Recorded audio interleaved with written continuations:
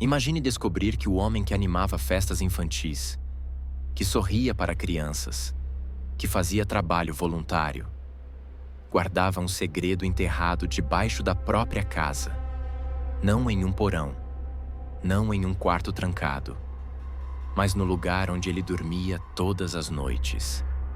Este não é apenas um caso sobre assassinatos. É sobre quantas vezes a verdade esteve visível e, mesmo assim, foi ignorada.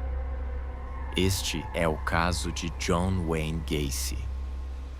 John Wayne Gacy não se escondia. Ele não vivia isolado. Não era estranho. Não parecia perigoso. Pelo contrário, era um empresário conhecido. Participava de eventos comunitários, frequentava igrejas, tinha fotos com políticos e, em festas infantis, assumia um personagem curioso, um palhaço. Para os vizinhos, Gacy era apenas normal, talvez até respeitável. E é aqui que o perigo começa. Porque os maiores monstros da história raramente se apresentam como monstros. Durante anos, jovens começaram a desaparecer na região. Quase todos tinham algo em comum. Eram adolescentes ou jovens adultos, muitos em situação vulnerável, procurando emprego, ou apenas carona.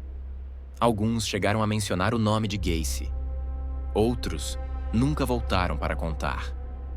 Mas as denúncias eram tratadas como casos isolados, fugas, brigas familiares, desaparecimentos voluntários. A normalidade de Gacy funcionava como um escudo. Quanto mais comum ele parecia, menos suspeito se tornava. Gacy oferecia algo simples: confiança, emprego temporário, ajuda, uma conversa casual. Dentro de casa, a dinâmica mudava. Ele testava limites, brincava com algemas, fingia que era uma piada. Até que não era mais. O que tornava Gacy diferente não era apenas o crime, mas a frieza com que transformava o controle em rotina. Para ele, aquilo fazia parte do dia a dia. Para as vítimas, era o fim. Durante anos, ninguém imaginou o que existia sob aquela casa.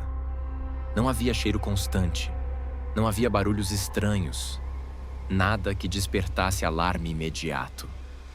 A verdade estava ali, mas enterrada no silêncio.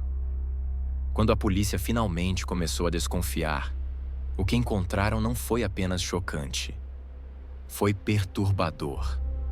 Porque não era um corpo, nem dois, e sim dezenas. No espaço mais íntimo de uma casa, o chão. Quando confrontado, Gacy não entrou em pânico.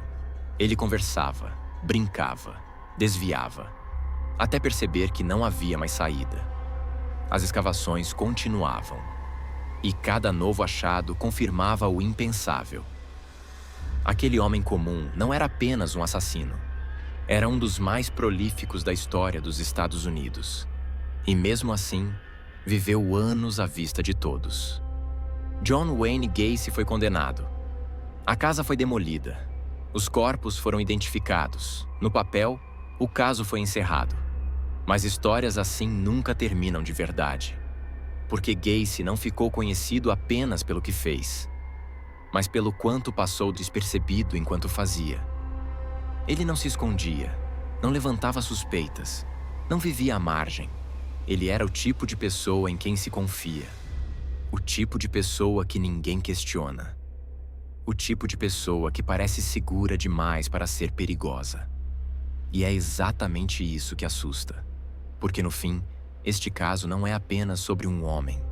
É sobre como a normalidade pode ser uma camuflagem. Sobre como o mal raramente chega gritando. Ele chega sorrindo, cumprimentando, ajudando. E quando finalmente é percebido, já está dentro de casa. Este vídeo não existe para glorificar crimes, nem para transformar violência em espetáculo. Histórias como esta são contadas para que não sejam esquecidas, para que padrões sejam reconhecidos e para que erros não se repitam.